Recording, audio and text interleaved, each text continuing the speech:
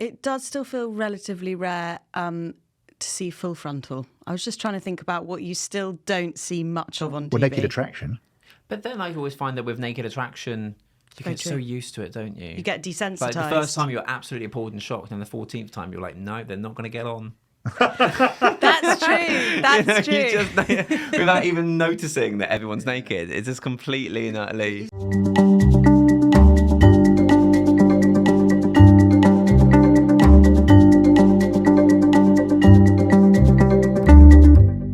Hello and welcome to Life Online, brought to you by Ofcom, the UK's communications regulator. I'm Pandora Sykes, a journalist and broadcaster. I make podcasts and audio documentaries, most recently Unreal, a critical history of reality TV, which dealt with plenty of controversy.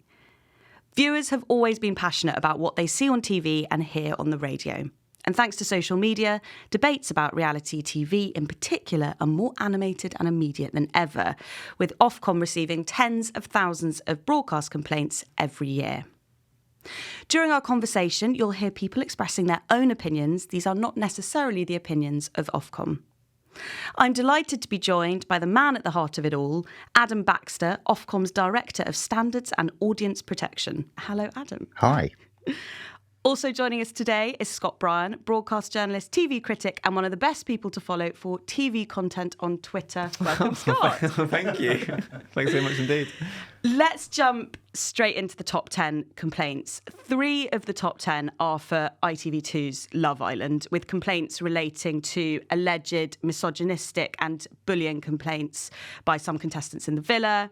It also holds the number 1 spot for most complaints.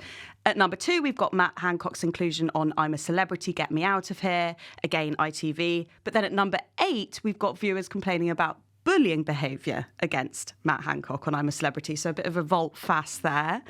Then there are complaints for Friday Night Live, Sky News, Good Morning Britain and Jeremy Vine, amongst others. Scott, are you surprised that 5 out of 10 complaints are for reality shows created by ITV? Not really. I mean, I think a lot of viewers think that if they are able to complain about something, they would be able to change what happens next. So, of course, you don't really get that with drama so much. You don't really get that with a lot of, like, let's say, news coverage. People have a lot of opinions about them, but I feel that with Love Island, it's something ongoing. It's an ongoing storyline. And I think if they see something, they might be obliged to act on it. I think social media plays a huge role in this. If there is something, a clip, let's say, that's like 2 minutes long, showing alleged behaviour that is very concerning, that might then compel other viewers to then go, ooh, okay, this doesn't feel right. I will complain to Ofcom. And so some of those people might be viewers of that show, but some people might not be. So I think sometimes social media has a really important role to play when it comes to getting people to complain to some sort of things. And also social media makes it easy too. The idea that you can just go to Ofcom and put in a complaint in about 2 to 3 minutes by clicking on the link that someone can particularly share. I think another factor is why it might be more reality than, let's say, other programs, is that when it comes to, let's say, streaming services like Netflix, they're not even under Ofcom's jurisdiction. If you are annoyed at something that's happening in the Netflix program, you would have to complain to somebody in the Netherlands. That's true. That's true. So it means that while some streaming services are covered, such as Amazon Prime Video and Discovery Plus, Hey You, and ITVX, it wouldn't be the case with Netflix. So I think that's why that changes, that skews the list a bit more towards reality shows made in the UK. I mean, it's a contested medium. Is it ethical? Where does the responsibility lie? Is there enough aftercare? Do you think we've now got used to the idea that you love to hate reality TV? Well, I think reality TV naturally is there to divide opinion. It's there for you to take a side on a storyline. It is there for you to sort of see the twists and turns of a story. You love heroes, you love villains, and you love a conclusion. You love having people get their comeuppance. I think also in Love Island's case, it's there to sort of show the dynamics of different relationships. I think sometimes with shows like Love Island, it is there to make your own conclusions from watching it. And I think some viewers get concerned that maybe viewers are not getting that conclusion. And I've sort of seen these relationships as being, acceptable when actually within context, they are explaining that these relationships could be harmful. So I think that there's the responsibility of thinking, okay, is it on us as viewers? Is it on parents teaching to their kids about the issues and relationships involved? I think that has a part to play too. But also in regards to, let's say, Matt Hancock on I'm a Celebrity. I mean, what's fascinating is there was an equal amount of people who were upset by the alleged way that he was treated on that show, as much as there were people who were frustrated about his inclusion in that show. But I think Ofcom as a regulator, they don't have the decision to decide who goes and goes off television. Casting. And I think it would be a more dangerous. I think it would be a more dangerous precedent if they came in saying you cannot have Matt Hancock on a program, because then people will be going, well, what about freedom of expression, freedom of speech? The idea that actually no regulator should be able to say who can and cannot be on TV. So I think that's why sometimes there needs to be a bit more of a kind of understanding about the role that Ofcom plays. It does feel odd that politicians, whilst still being active politicians, can be on reality TV. But yes, you're right. That's not a broadcast regulator's job. Adam, has reality TV always... I mean, if we think of Big Brother as the start of reality TV in 2000, it's not, but it's arguably what most people think is the start of reality TV. Has it always been the most complained about form of entertainment? I mean, we get thousands of complaints each year, and I wouldn't say it's necessarily constantly the most complained about format or strand, but it's clear there will be spikes and hot points. I mean, I'm thinking about years ago now, and you might remember, 2007, I think it was, Shilpa Shetty, when she was on Celebrity Big Brother, one of the very first series of Celebrity Big Brother, where there was huge amounts of complaints. I think it was 45,000 complaints, which until only about a year or two ago was by far the most complaints we'd had about a single programme. And the likes of, I think it was Jade Goody and Joe, from S Club 7. They were clearly in dispute, nay, conflict with Shilpa Shetty, and a lot of people were really, really offended by that. And then over the years since, we've had a constant stream. So every series of Big Brother, whether it was on Channel 4 first and then on Channel 5, obviously, we've had a constant stream of complaints. And then more recently, we've seen, I can recall a couple of years ago, 2 or 3 years ago, Roxanne Pallet on Channel 5, where there was a whole kerfuffle about play fighting. Was it real physical violence against her by a male housemate, or was it play fighting? And actually, because of the way it panned out, what people could see on air, they actually took it against her in quite large numbers. And we had about over 25,000 complaints, roughly, for that. So, and then, of course, more recent editions or series of I'm a Celebrity, we will get a lot of complaints. There are obviously some programmes that are complained about more than others, as we've established. I mean, you mentioned Big Brother, and those moments that you picked out are kind of iconic bits of entertainment history. There's other ones that really stick out, but they were national headlines, and I mean, both of us remembered them instantly. Now it's obviously Love Island that gets most complaints, but then you've got some reality TV that gets very little, like Traitors, which is obviously the sleeper hit, word of mouth hit. What a show. What a fringe and what a polo neck Claudia Winkleman was wearing in that episode. Why do you think it has been so little complained about? Well, in my opinion, I think what's interesting to me is you don't have that lack or that immediacy because it's pre-recorded. Good point. So obviously for Big Brother every night, it is, okay, it's pre-recorded to the extent that you're taking the footage from the previous 24 hours in the house, but it is almost as live. Yeah. Whereas obviously with Traitors, I don't know what the lead time was between the show being recorded and then put out on air. Scott, TV critic? I mean, it is quite a while. I wouldn't be able to exactly say, but I mean, the lead time can be quite a few months. I think it's It used to be up to a year, It can be up to a year, yeah. But I'd say what is the case is, you're right, when it comes to Love Island and Big Brother, it can be quite vague about when it was recorded. Love Island, you sort of gives the impression it was within the last 24 hours. We all know that that's quite impossible. So I feel that people feel like, oh, if I complain because I'm seeing something that really... can change the outcome. That can change the outcome. And don't get me wrong, sometimes I do think that channels are able to see the responses coming in and going, ooh, this is giving us bad press coverage. And then you can hear the kind of the hand of the producer suddenly gearing in. And that might be a few days later down the road. I think when it is with the traitors, I think the viewers understand that was a little while back. And of course, it really depends on whether people find something unsettling within these programs. I think for traitors, obviously, there were sort of concerns, is it treating the welfare of the contestants right, as with any reality show? But it doesn't seem to have those flashpoints that maybe other reality shows do.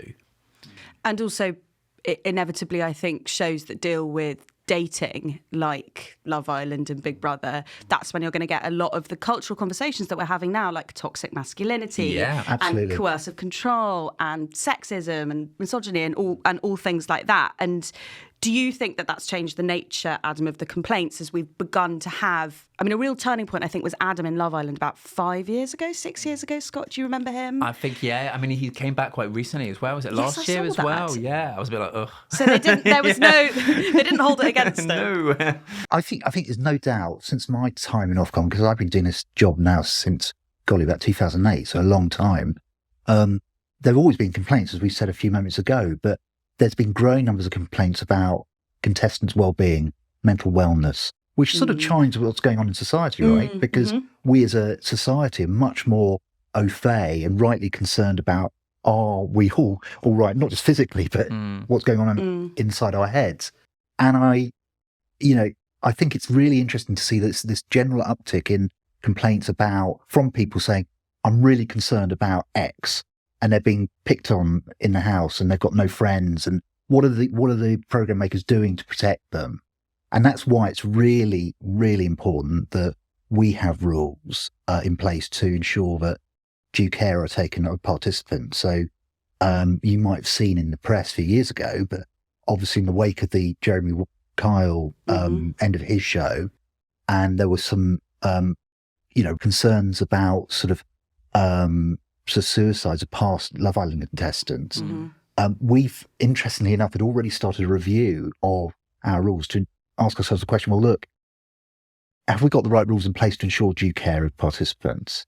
And it took a while, it's quite complicated, but we're really pleased with the rules we got in place because, and in some respects, what have you got in place? Well, Sam? basically, we have rules which put obligations on broadcasters to go through a real process of risk assessment when they are producing programs.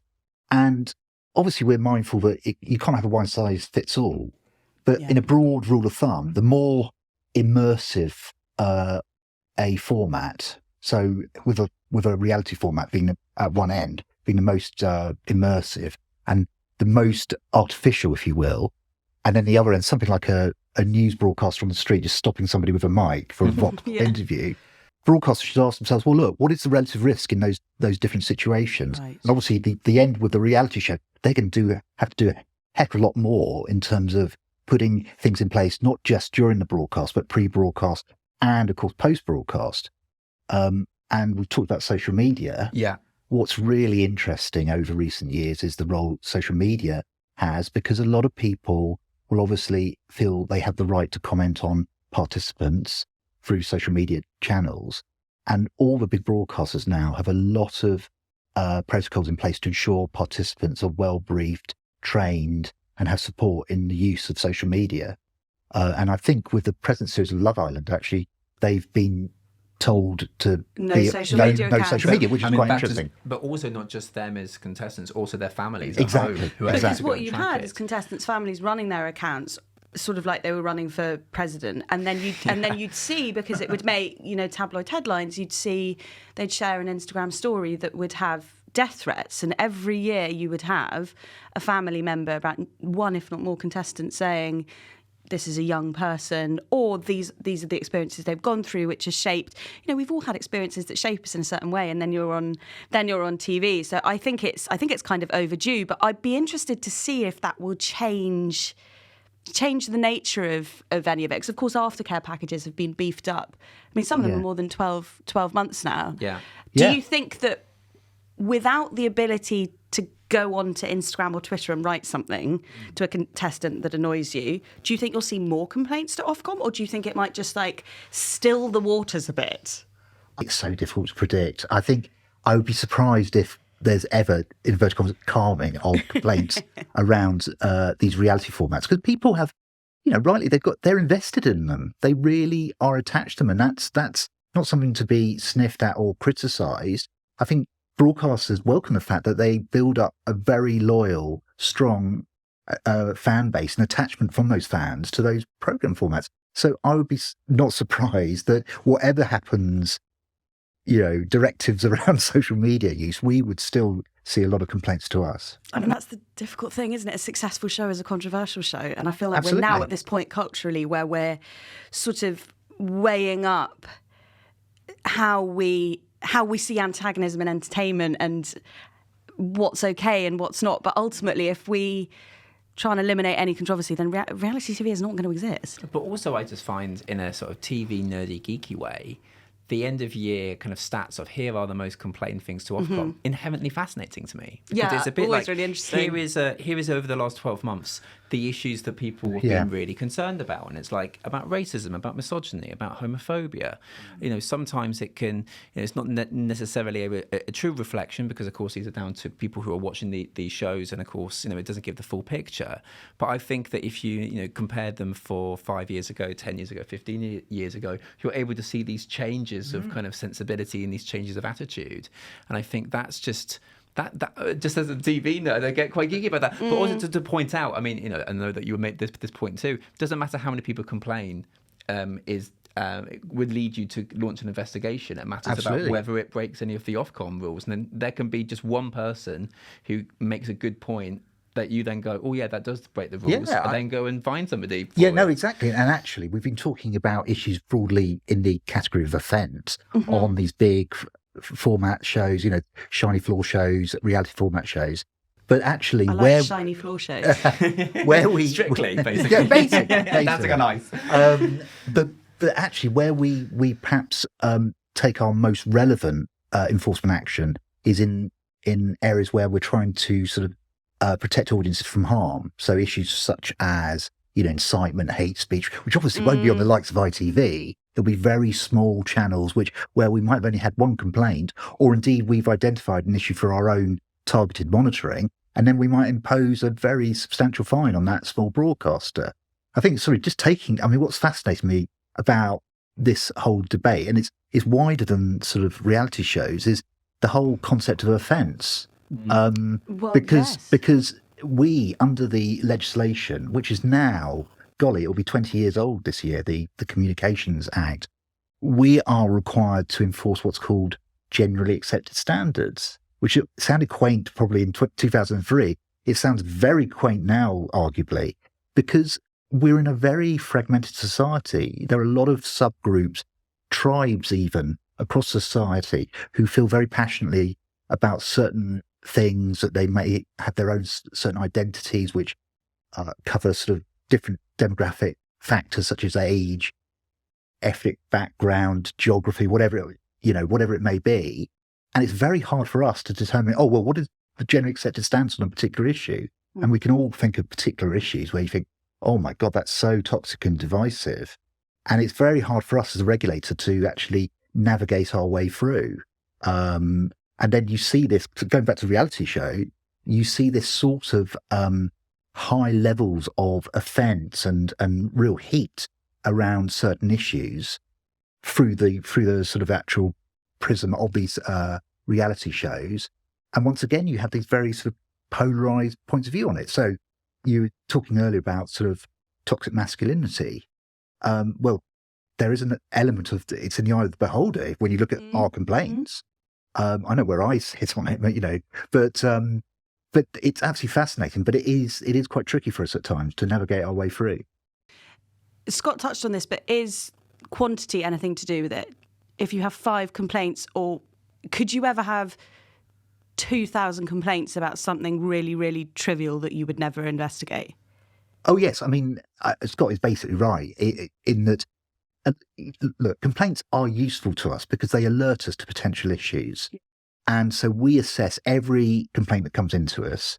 And so each year we'll get thousands of complaints, which will amount to a certain thousand number of items. Now, during the pandemic, it went up hugely. So the year before the pandemic, it was something like mid 30,000s in terms of complaints. Then that period sort of from, April 2020 for that year, it went up to 140,000 Is that plus. because people watching so much TV? I think it must be an element of that. It's hard to know exactly why, but That's all we were really doing. yeah, Trust I think me on that. it must be a bit of that. And then the following year after, it went down a bit, but still 100,000, huge amount of complaints. This last year, we're coming to the end of March, we're back down to more or less like historic parallels. Although the numbers of individual items, programs we have to look at, that we're alerted to by complainants, still remains relatively high. So going back to your question, we can get 10,000 complaints about something and we won't pursue it. One complaint, it really is, we ask ourselves the question, on assessment, are there issues warranting investigation? So if it's not an issue warranting investigation, even if there are 25,000 complaints, we won't investigate. Are there ever disagreements within Ofcom about, no, but this ticks this box, that's why we need to? No, I don't think it does. Because again, it's a bit of, there's a bit of the eye of the beholder, even when you're looking at a very... Yeah, I mean, as you can expect, any group of human beings talking about telly will have, there'll be a range of views.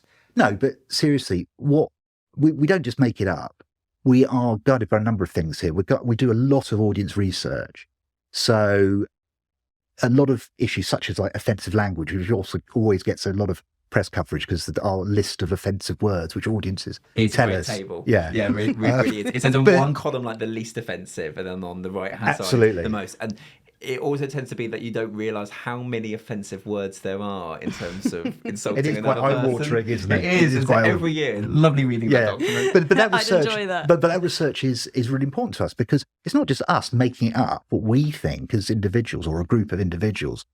Audiences are telling us, look, certain, as Scott says, certain words are really offensive, certain are moderately offensive, some are mildly offensive. And as you can imagine, broadcasters have to take much more care the more one end they go in the most offensive and also range. slang changes on an almost monthly basis. So you need to be like really on top of... Yeah, and also another interesting trend, which I think we've seen over the last 10, 15 years, and this goes maybe slightly into some of the themes we've been talking about earlier, is there's been slightly lessening concern around sort of what I call general swear words and just more heightened concern around offensive terms which relate to people's personal characteristics. So, equality characteristics, if you will. Yeah, that makes sense. Which sort of, it does make sense, doesn't it? And so we do receive a number of complaints about offensive language, and there are certain sort of general swear words, which I won't say here because, afternoon family show and all that, but which still raise concerns. But some where I remember when I was a boy, which is many years ago, would have been totally forbidden to say, in any context. And now people are much more relaxed about it. But it's those terms where people are referring to somebody's, ethnic background, or if they have a disability, or sort of pejorative terms against people's sexuality, or, such like that. Those can really raise hackles amongst audiences. That's such a good point. I mean, growing up, the F word was absolutely verboten, but it's actually now on telly and in print a lot. Yeah. It still is fairly. I mean, we people feel much more strong, or the strongest probably argument about the C word. Yes. Which perhaps makes sense. And also more prevalent than it was 10, 15 years ago. Yeah. And can I use it, a cute way of saying it, the mother F word? Yeah. That's Never would I expect on an Ofcom podcast to be having this conversation. I'm loving it. Welcome to my world. This is every day. But no, those words still elicit very strong reactions, and people expect broadcast protections in place for audiences. But there are a whole long tail of general swear words which people just are much more relaxed about. But just going back to, you were asking about us making decisions, and so we have our research. We all also have our case law, our past published decisions. So we can't totally go freelance and say, "Oh, I want to go this way," right. So because that would be unpredictable for broadcasters. And also within the team, we have a lot of discussion, And even though I'm ultimately one of the decision makers, there's 2 or 3 of us who make all the final decisions, which you see getting published. There's a lot of support from the team.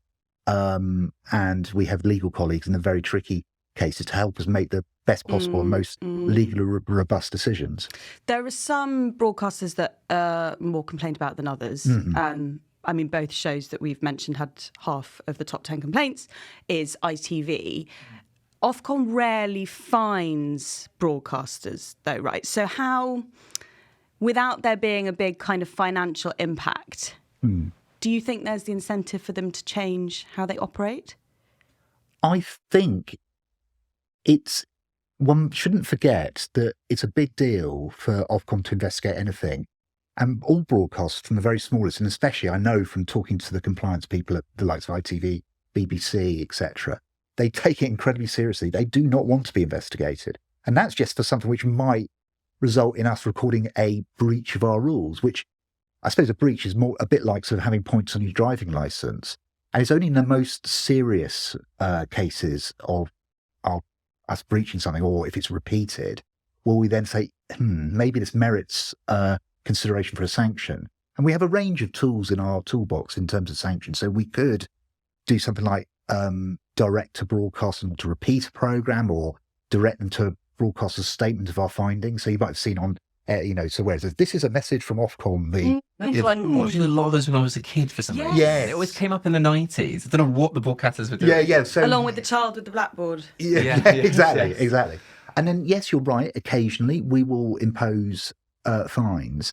And I think it's the deterrent effect that broadcasters know, well, look, if we really do go wrong, we will impose a fine. So even the likes of ITV and the BBC, we have imposed financial penalties in the past. Not recently, I'm pleased to say, but it's there, and they know it's a possibility. I mean, you do make a good point. It's like reputational damage is I think is equal, if not more, than just the actual fine itself. Yeah. Because of course, advertisers get scared of anything that ends up becoming a liability, and they, if they think, oh my word, this broadcaster is doing something really inappropriate, they'll take their money elsewhere, and that can cause more financial damage than a big fine would. And a result of those sanctions, ITV and the other broadcasters put enormous amounts of resource into setting up incredible backup systems, checking and verification systems for all competitions to ensure that they, if ever we had to come and say, hey guys, how was this run? They could say, right, here are the spreadsheets, here is all the info, everything's squeaky clean, as it were. So they do take it incredibly seriously.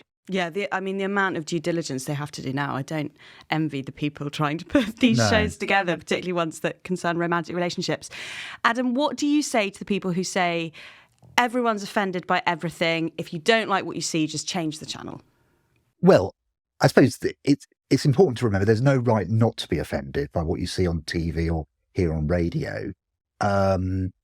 You can be offensive, a broadcast can be offensive on air as long as they provide context. And context can be things like, time of day, obviously late at night, you can put the more offensive stuff on. If there is an accidental F-bomb during the daytime, if the presenter immediately apologises or rebukes the guest for doing it, that's context which we take into account.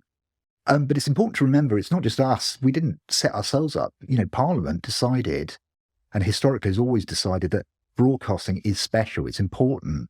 It's use of scarce airwaves. And so, and historically especially so. And so there must be rules in place and an independent regulator to ensure that people behave when they are using that scarce spectrum. Now, of course, the argument comes slightly more tricky or more nuanced when we're in the day and age of ubiquitous digital spectrum, or relatively ubiquitous, so hundreds of channels on satellite and cable and everything. But at the time being, I see no change from government or parties of any particular political colour that we would have any change of that. So I think there is a political will that they want these rules in place. But as I was saying earlier, offence, and the vast majority of the complaints we receive are in the area of offence. It is tricky because we're in a very sort of fragmented, polarised society. We have the culture wars. There's a lot of essentially contested concepts.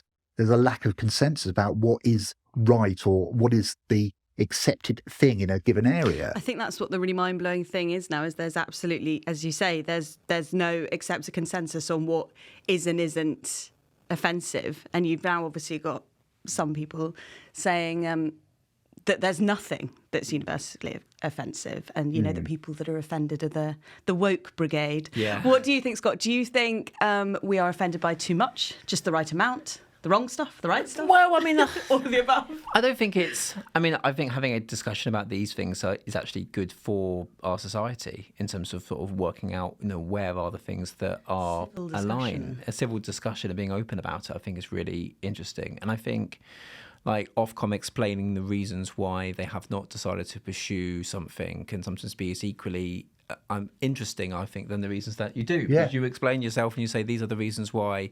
And there are some times that I go, oh, Ofcom should have investigated that. And then I actually read the reasons and I go, oh, actually, no, that makes sense within context. Or maybe there's something I didn't know about it. Or actually, I have to consider that my opinion is actually, at the end of the day, an opinion. There's other factors and other opinions involved. Right. So I think that level of transparency can be a good thing. I think it's sometimes the misconception is, I think still, unfortunately, that people think that the more people complain, the more likely action will be taken.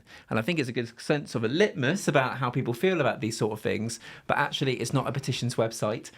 But having a certain benchmark doesn't mean that it's going to get pulled off the air, unfortunately. And also, at the end of the day, TV's there to challenge us. It's there to change our perceptions. It's there to challenge our worldview. It's there to, stimulate, frustrate, annoy, and agitate. Yes, of course, it does things wrong because it's human and so are we. But also at the same time, there is a responsibility still of the programme makers to ensure that they don't go too far either. So there's always going to be a bit of a balance between the two. I think, and taking that theme, people sometimes say to me, "Oh, how do you feel being the state-sponsored or state-appointed censor?"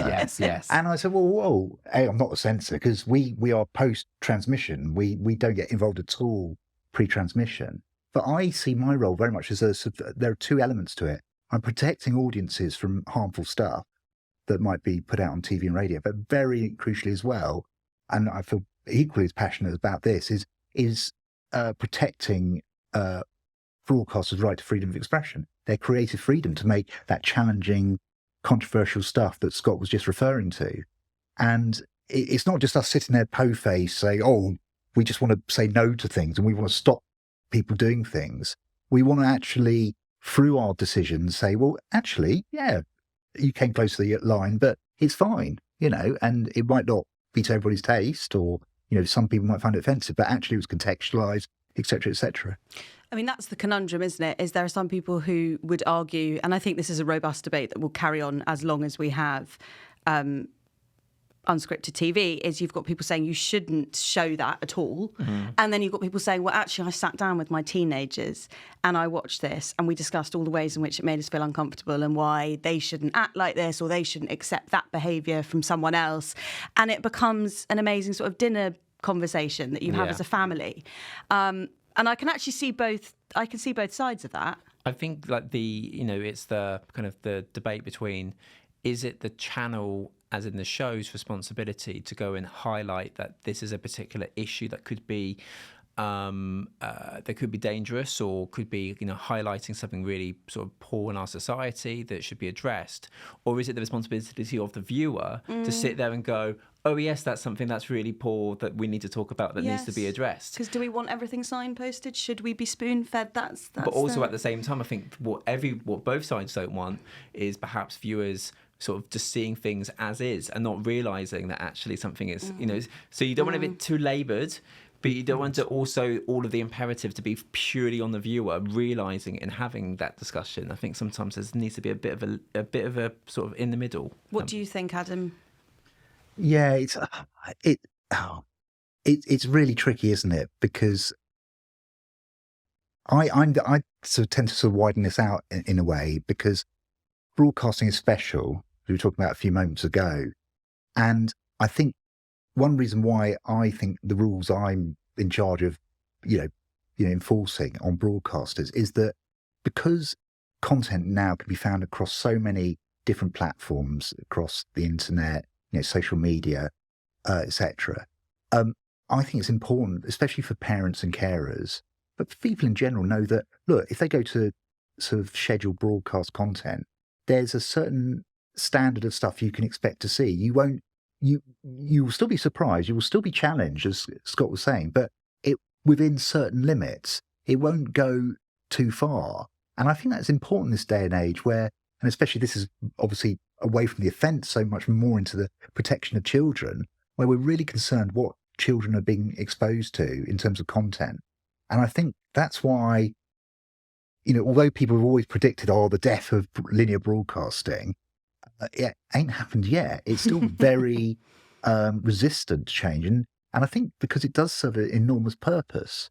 I mean, it's very challenging for them. And broadcasters I talk to, they complain, and I can see this, about the competition from what they see as unregulated, platforms and everything. And although new services, these news online services will be coming into some form of regulation, I think broadcasters do see that they are, operating under some quite hefty rules. But I think there's an advantage for those rules for society because there is a bit of a safe space, a badge space where people know that they can get a particular quality of content and particular in terms of safety.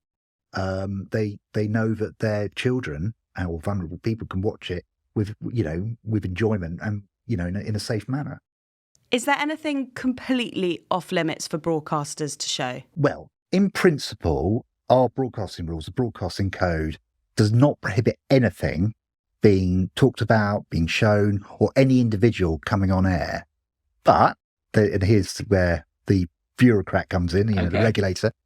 If you do, as a broadcaster, show stuff which is going to be potentially offensive, potentially triggering in whatever ways, you've got to ask yourself, well, look, do I have to provide context around that to ensure that people will either be protected from potential harm or the potential offence will be mitigated? We have to be proportionate. Yeah. So you will see that, programmes often have pre-broadcast warnings about, there might be sort of violence, scenes of violence, sexual content, blah, blah, blah.